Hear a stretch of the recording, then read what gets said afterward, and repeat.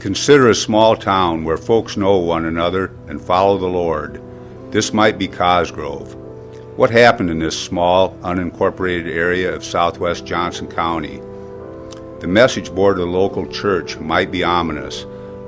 God promises a safe landing, not a calm passage. When Detective Sergeant Kevin Kinney noticed something suspicious at a house across from the church, he might have wondered about safe passages. One evening after service, he noticed a robbery suspect from a previous case hanging around the house.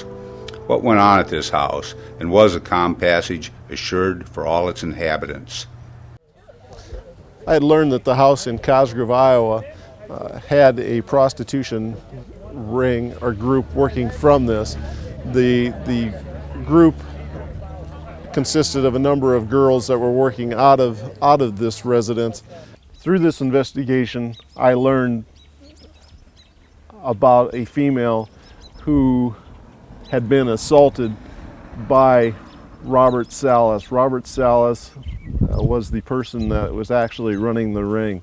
The day-to-day operations of this ring, or of this prostitution, or the house over here, were being operated by Betty Thompson. When he came up with the name, he was like, "What? Well, he didn't know what name to do," but then he was like, "Naughty by nature," because BJ's bisexual, you know, but it didn't sound sleazy.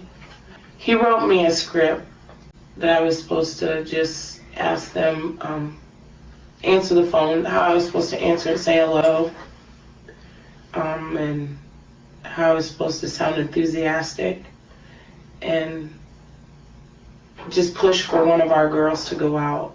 You know, one of the girls, he had all the descriptions were written down, and I give the descriptions.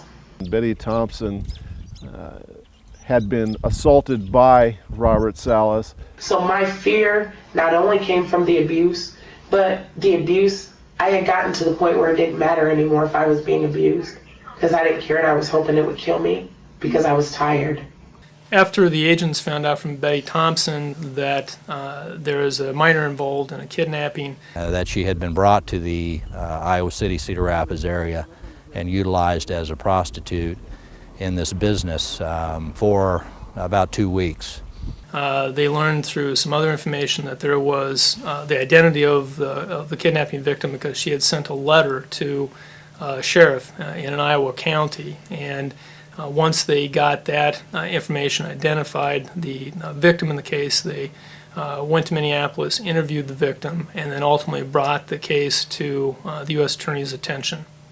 This case was charged as a sex trafficking case because it had a number of elements, including a minor being transported across state lines, being forced to perform sexual service in exchange for something of value. Could be money, could be drugs, could be something else, but those are the essential elements of a sex trafficking case.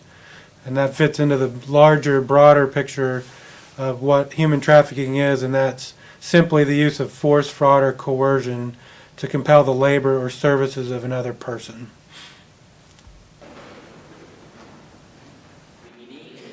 It turns out a calm passage was not assured for all those who stayed in and around the church in Cosgrove. Did the then 13-year-old girl used as a prostitute receive a safe landing after the ring was broken up by police? Continue to follow the Fruit of the Poisonous Tree series in the Gazette and online to find out.